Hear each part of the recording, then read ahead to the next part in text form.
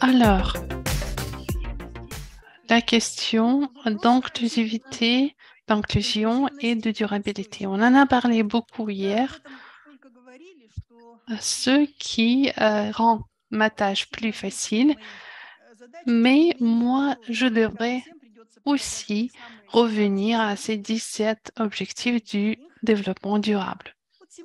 Voilà, les 17 objectifs de développement durable qui sont les objectifs adoptés par l'Assemblée générale de l'ONU en 2017. Les 17 objectifs, on connaît tout, avec 169 tâches, 231 indicateurs uniques et 248 indicateurs utilisés pour les calculs. Voilà, sur la base de tout cela, on estime la réussite ou la non-réussite sur des objectifs. Un des aspects de l'ordre du jour est le suivant. Le développement durable ne peut pas être atteint sans le développement social et l'inclusion. Les questions de l'inclusion font partie de l'objectif 8. Voilà, donc promouvoir l'inclusion et la croissance économique durable, emploi et travail digne pour tous. Ces objectifs du développement durable comptent parmi eux le développement environnemental, social et économique. Le concept de croissance durable se base sur un passage vers une distribution des biens plus juste, l'élimination d'inégalités, etc. Un autre objectif, 17.19, vers 2030, on devrait créer de nouveaux indicateurs pour estimer le progrès, pour évaluer le progrès, outre que le PIB. La discussion sur le fait à quel point le PIB peut être utilisé pour caractériser un progrès du développement social dure depuis longtemps. En 2009-2010, il y a eu beaucoup de publications sur cela. Stiglitz, qui est un prix Nobel, a fait partie de cette discussion. Et on a compris à l'époque que le PIB développé et défini dans les années 30 ne correspondait pas à ce qu'on voulait évoluer parce que l'évolution était faite en des termes monétaires liés à l'argent. Donc, le PIB ne permet pas d'évaluer ce qui ne concerne pas la monnaie, c'est la croissance sociale, la justesse de répartition des ressources, etc. Au début de ces discussions, on a eu l'accord suivant. À l'époque, les experts russes parlaient de la possibilité d'éliminer le PIB, mais bon, on s'est mis d'accord sur l'idée de ne pas éliminer, mais de proposer de nouveaux indicateurs. Un de ces nouveaux indicateurs, c'est le concept de la croissance durable et inclusive. C'est quelque chose de très simple. Voilà, il y a un équilibre entre tous les aspects du développement économique, social, environnemental. Mais cette croissance inclusive durable ne possède pas d'indicateurs précis qui permet de le calculer. Ici, dans ce tableau, vous avez plusieurs approches pratiquées pour cette croissance inclusive durable proposée par des différentes organisations comme la Banque mondiale, UNDP, etc. Comme vous voyez, les définitions sont bien diverses. Et il y a des différentes approches quant au calcul à l'évaluation de cette croissance. Il y a des indices qualitatifs et quantitatifs qui sont proposés. Ça, c'est un point de vue des organisations officielles. Il y en a encore plus proposés par des experts scientifiques. Donc, des approches sont vraiment très diversifiées. Voilà, ça c'est l'approche générale à la définition de la croissance inclusive durable.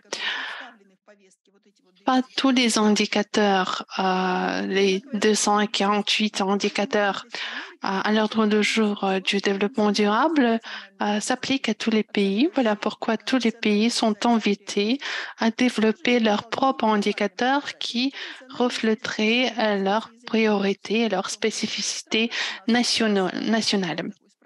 En Russie, il y a une agence de statistiques qui a proposé une liste de tels indicateurs pour le pays. Je voudrais m'attarder sur une approche intéressante d'évaluation des progrès sur ce point dans l'Union économique eurasiatique, qui prend en compte les spécificités de cette organisation, mais quand même comprend l'existence des processus communs. Donc, c'est une union de 5 États fondés en 2014.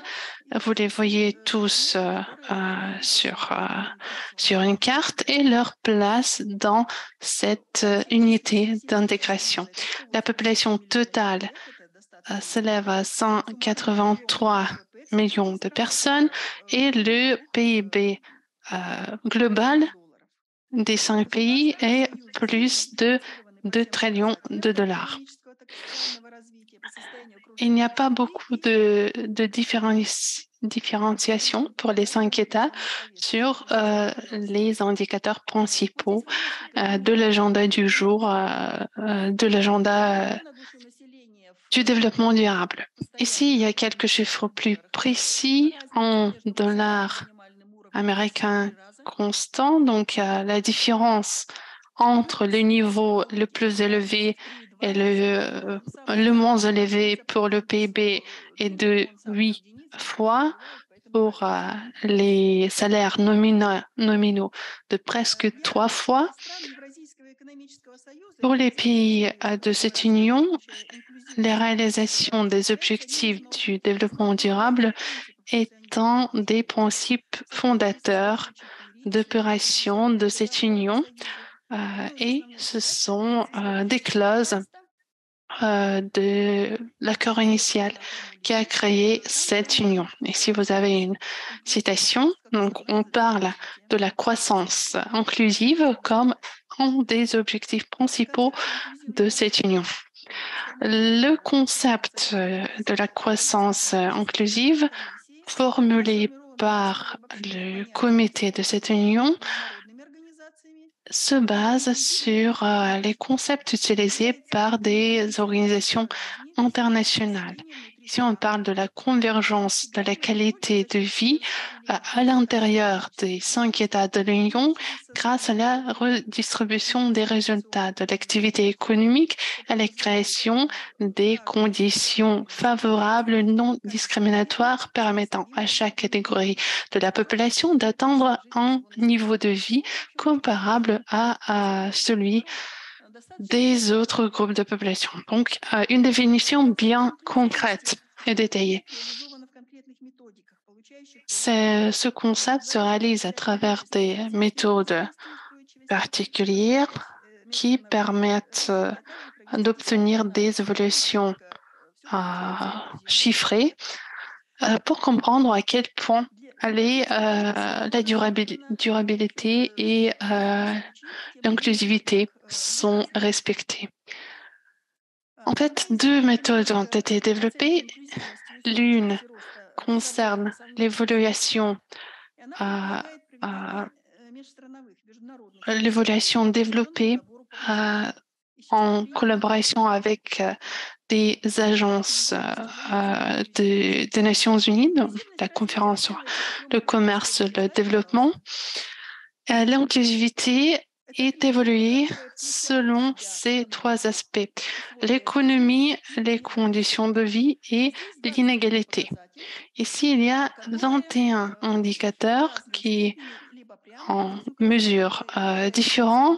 Parfois, on voit ici des objectifs du développement durable spécifiques. Parfois, ça s'applique à plusieurs objectifs. Il y a pas mal de petites étoiles. Ici, c'est en lien de cette méthode avec la méthode dont je vais parler plus tard. Alors, selon cette méthode, on a calculé les indices composites du développement inclusif pour créer cette liste de pays et leur classification sur la base de ces trois indicateurs. On a des calculs pour 2018 et 2020. La première a couvert plus de 60 pays et la seconde plus de 80 pays. Et donc, en 2020, vous voyez que tous les pays sont progressés. Voilà, parce que le nombre de pays a été changé. À côté, vous avez le rangement du WEF, donc le Forum économique international. Ils utilisent les trois mêmes indicateurs pour leurs évaluations. Mais la classification est tout à fait différente. Il n'y a pas de données pour la Biélorussie, comme vous voyez, mais pour les autres pays, le classement est tout à fait différent. Là, parmi les 100 pays de l'Union, la Russie classée la plus haut, et en 2018, c'était le Kazakhstan. Pourquoi est-ce que je vous propose ces deux classifications? Ce n'est pas pour en choisir une meilleure, et il n'y a pas d'évaluation objective pour dire que voilà, cette classification, c'est quelque chose qui s'applique à tout, c'est quelque chose à quoi tout le monde croit. Je pense pas que ce soit nécessaire. Je vous appelle à être très attentif à des classifications, bien que c'est un outil assez pratique. Pour cette raison, il existe une deuxième méthode proposée par cette Union eurasiatique pour résoudre des questions d'intégration au sein de l'Union. Et cette méthode vise à évaluer les problèmes du développement qui se posent de la façon la plus importante pour ces pays. Cette méthode est plus détaillée. Il y en a 40 indicateurs. Donc, 40 indicateurs réunis en 5 groupes: inégalité et pauvreté, économie et emploi, infrastructure, éducation et espérance de vie et soins de santé. Alors, le nombre d'indicateurs est de 40. On va s'arrêter un peu là-dessus. On ne va pas s'arrêter là-dessus longtemps, mais croyez-moi, il y en a 40. Chacun donc reflété par son groupe.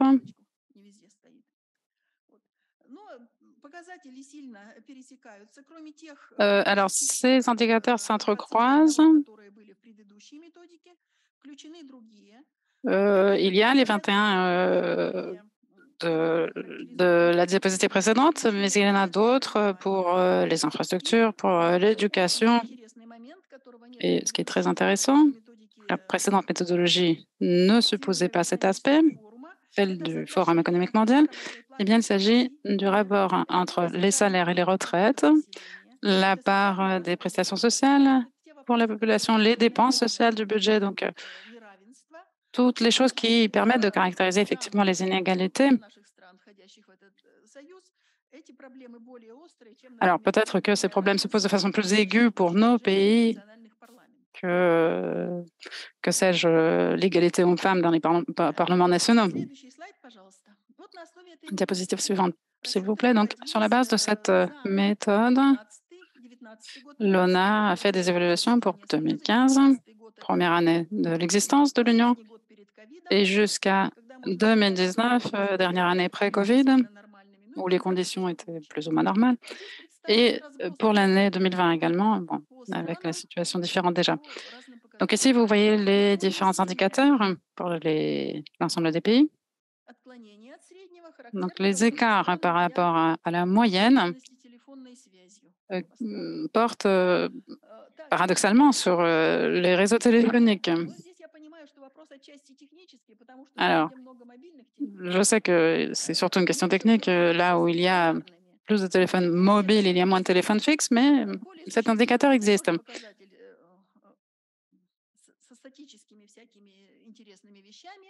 Autre indicateur, le chômage des jeunes.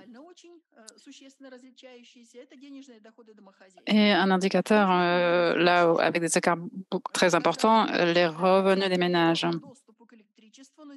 Autre indicateur encore, donc part de la population disposant d'un accès à l'électricité. Quasiment tous les pays de l'Union ont un accès à l'électricité. Donc, les soins de santé, l'égalité homme-femme dans l'éducation.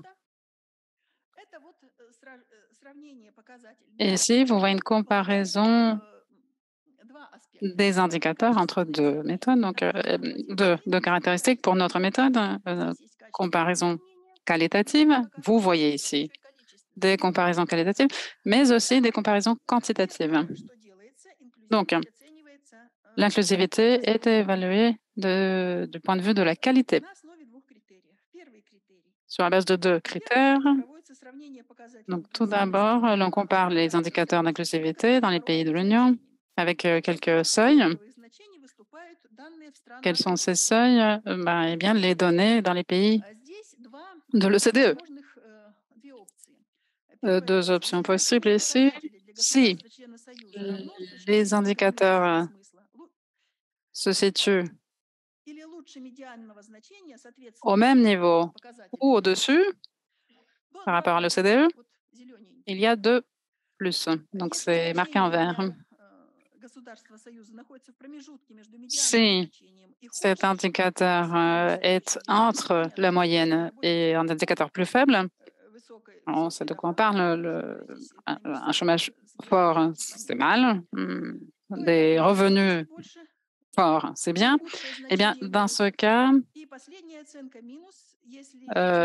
donc, les indicateurs sont marqués par 2-. Un plus, pardon. Et enfin, si, donc pour le dernier indicateur, la dernière comparaison, la comparaison très défavorable.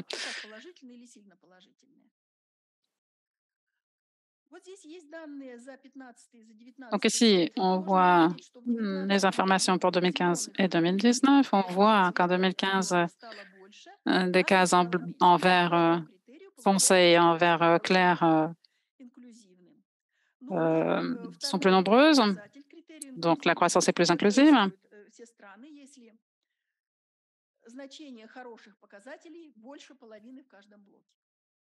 Et l'on considère que l'inclusivité est bonne si les bons indicateurs aux bonnes couleurs sont plus nombreux pour chaque bloc que les cases en rouge.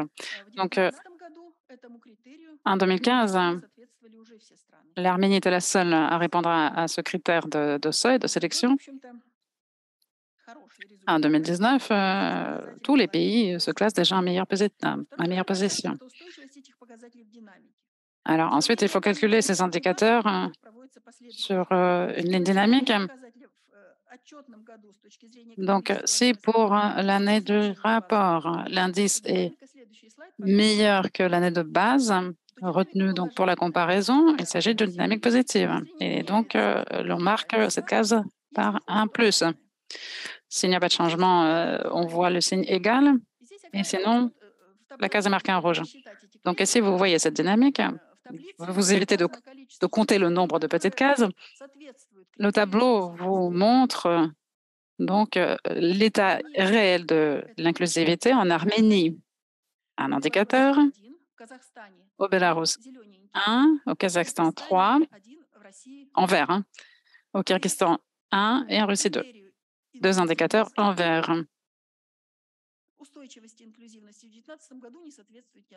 Donc, aucun État, en réalité, ne se place en bonne position pour ce qui est de l'inclusivité pleinement.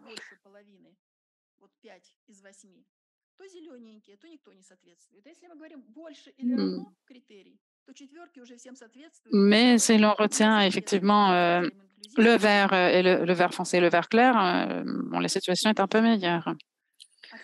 La Kirghizie étant la seule ayant le nombre de cases positives minoritaires.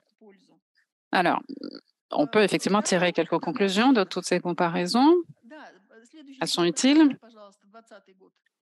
Et voici, vous voyez les informations pour l'année 2020 par rapport à l'année 2019. Bon, on connaît cette année de pandémie très particulière. On n'a pas réussi à réunir toutes les données, elles viennent en général plus tard, mais le nombre de cases rouges a accru partout et pour tout. Le nombre d'indicateurs qui, sur une dynamique, correspondent à l'inclusivité, eh bien, il n'y en a plus. Donc, une baisse considérable en 2020 pour tous ces indicateurs qui, d'une manière ou d'une autre, correspondaient à l'état d'inclusivité auparavant. Et enfin, une comparaison des... Passons maintenant à la comparaison des indicateurs quantitatifs. Donc, le calcul de l'indice composite, c'est l'outil qui s'appuie sur la différenciation, le classement des différents indicateurs d'inclusivité. Il y a un certain nombre de procédures standards à suivre pour ce type de classement. Donc, on a classé les pays pour chaque année, 5 étant la meilleure note, 1 étant la pire, et l'indice composite, qui est une moyenne en fait de tous les blocs. Voilà, donc la diapositive. Donc, voici, vous voyez les résultats pour cet indice composite pour 2015, 2019 et 2020 également. Le leader pour les 3 années en matière d'inclusivité, c'est le Bélarus, devant le Kazakhstan, puis la Russie, puis l'Arménie, puis le Kyrgyzstan. Bon, pour tous les classements qualitatifs, quantitatifs, le tableau est à peu près le même, mais la dynamique est intéressante. Le Kyrgyzstan est le seul pays où l'on constate un progrès. Donc, les indicateurs pour 2019 sont meilleurs que pour 2015. En Arménie, la situation est inverse. Et pour les autres pays, plus compliqués, au Bélarus, en 2020, les indicateurs sont moins bien qu'en 2019, mais meilleurs qu'en 2015. En Russie, l'année 2020 est meilleure que l'année 2019, sans avoir atteint le niveau de 2015 pour autant. Donc là aussi, quelques informations intéressantes. Et là, regardons la composition de ces indices et la répartition des pays par rapport à ces indices.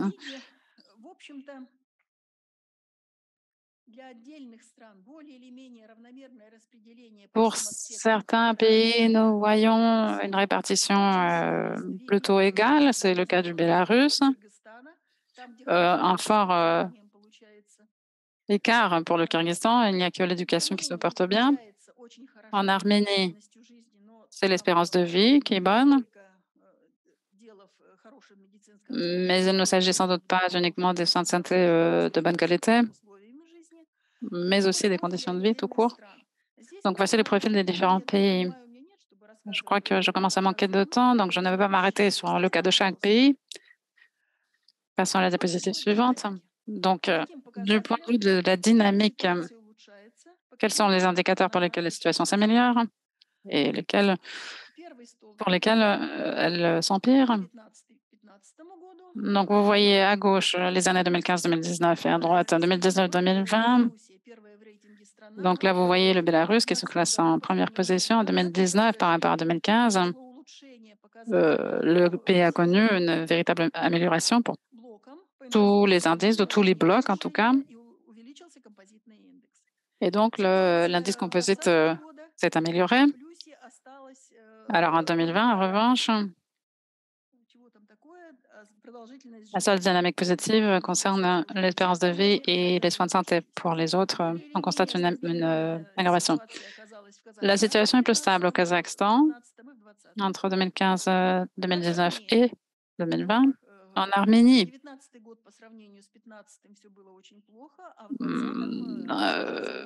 en 2019 par rapport à 2015, la situation était mauvaise, mais en 2020, elle s'est améliorée.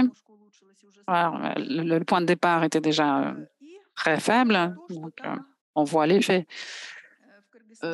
L'effet de ce point de départ faible explique l'amélioration. Et au Kyrgyzstan, on voit que les soins de santé se sont améliorés. Donc, tous ces calculs, tous ces indices sont une bonne occasion, en réalité, de se pencher sur le cas de chaque pays pour comprendre pourquoi les indices changent,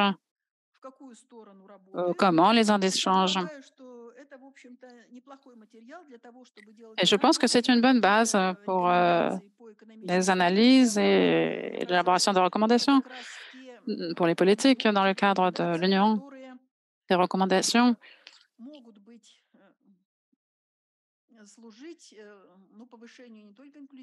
qui pourraient permettre d'améliorer non seulement l'inclusivité, mais aussi la convergence dans le développement de ces pays, car on comprend où sont les succès,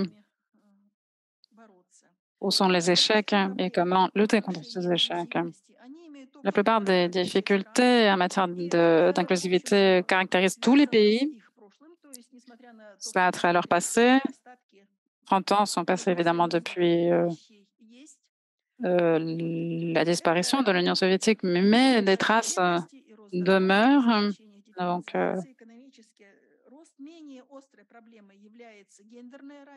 un certain nombre de problèmes, pauvreté, inégalité, etc. L'égalité des sexes est sans doute un problème moindre, puisque en réalité, cette égalité s'explique par le nombre de naissances de garçons et de filles plutôt que par la politique économique.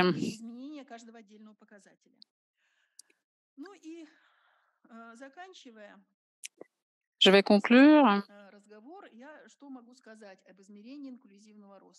Alors, que dire sur l'évaluation de la croissance inclusive? Je crois que tous ces classements entre les pays sont très utiles, mais uniquement pour faire une démonstration. Bon, la Russie est passée d'une position à l'autre. C'est un niveau supérieur. Très bien. Mais pour tirer des conclusions concrètes, dans le cadre de l'Union du moins, et je pense que cela vaut également pour les conclusions entre les régions. Donc, dans le cadre de l'Union, dans le cadre d'un pays, il faut comparer systématiquement les différentes positions. L'analyse des indicateurs qualitatifs montre que ni en 2015, ni en 2019, ni en 2020,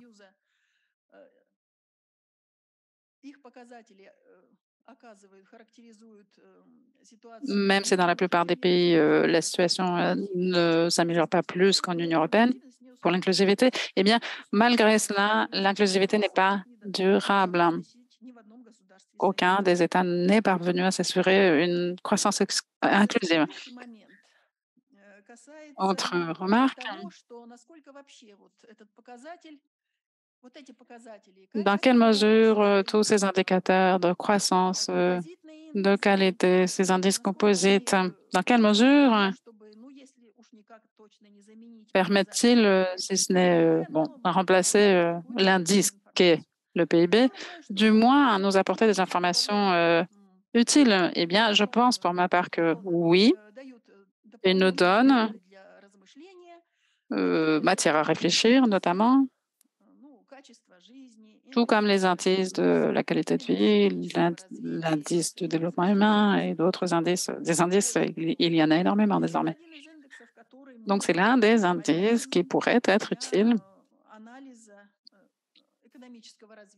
pour l'analyse du développement économique, pour ce qui est de son inclusivité. Donc, non seulement la croissance économique en tant que telle, mais aussi la prise en compte des aspects sociaux, écologiques. Et d'ailleurs, pour ce qui est des aspects écologiques, il n'y a qu'un seul indicateur, les émissions de CO2. Pourquoi? Parce qu'il n'y a pas de données pour pour les autres aspects. Je m'arrête là et je vous remercie. Merci beaucoup. Je comprends que vous avez tous envie de poser des questions, lancer une discussion, mais moi-même, je ne vais pas prendre la parole car nous commençons à manquer de temps. Ma collègue a déjà saisi sa souris, donc je pars à Elena Ozakova. Je donne la parole à Elena Ozakova. Il nous parlera du développement économique à long terme de l'Asie russe et l'impact sur la formation des flux de transport.